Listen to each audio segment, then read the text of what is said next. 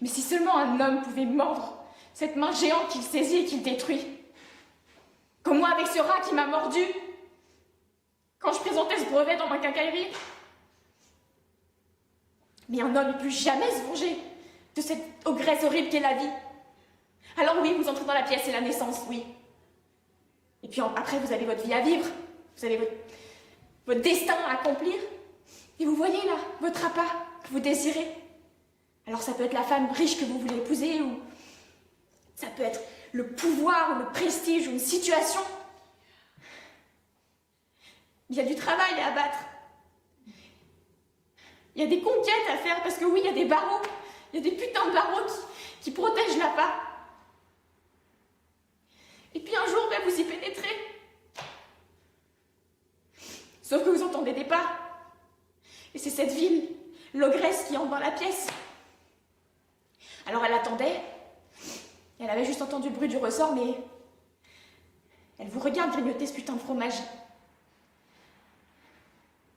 Elle grimace, elle rit, elle se moque et elle vous maudit.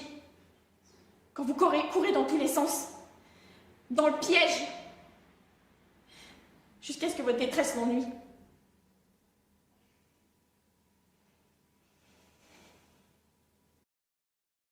Alors, je suis née à Weimar, d'une mère française et d'un père allemand savant professeur.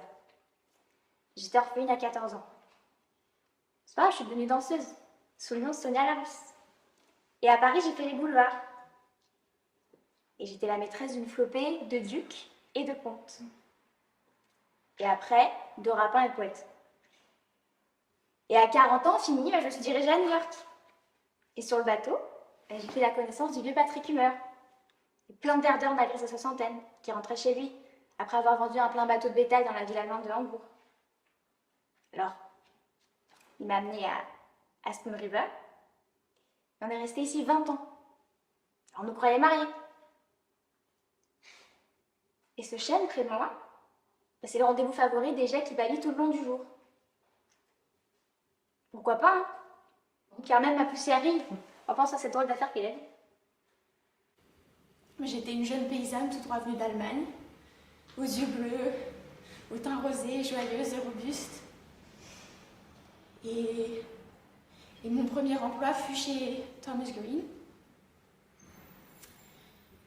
Et un matin d'été, quand madame était partie, il s'est faufilé dans la cuisine. Et il m'a prise dans ses bras et il m'a embrassé la gorge parce que j'avais tourné la tête. Et nous n'avons plus su ce qui nous arrivait. Alors j'ai pleuré en pensant à ce qui allait m'arriver. J'ai pleuré encore quand mon secret a commencé à se montrer. Et un jour, Madame Green a dit qu'elle comprenait ma détresse et qu'elle ne me ferait pas d'ennui parce que, étant sans enfant, elle adopterait le mien. Et puis Monsieur Green, je lui avais promis une ferme pour qu'elle se taise. Donc, elle a emménagé dans la maison. Elle a fait courir le bruit que c'était elle qui attendait l'événement. Alors tout s'est bien passé. L'enfant est né. Et ils ont été très gentils avec moi. Puis après, j'ai épousé Gus Wertmann. Et les années ont passé. Mais aux réunions politiques, quand mes voisins pensaient que je versais des larmes à cause de l'éloquence d'Hamilton Green, c'était pas ça du tout. Non, non, non.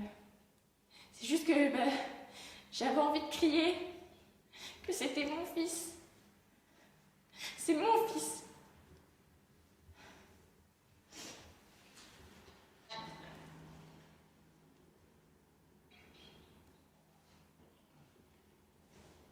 Well, they call me the weakling, the simpleton. For my brothers were strong and beautiful, while I, the last child of parents who had aged, inherited only the residue of power.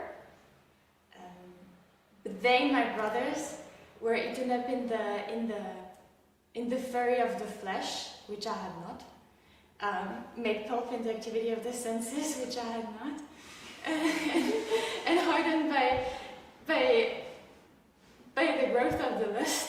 had not. But then I, the weak one, the simpleton, resting in the little corner of life, I saw a vision, and through me, many saw that vision without knowing me it was through me. And then a tree sprang from me, a mustard seed.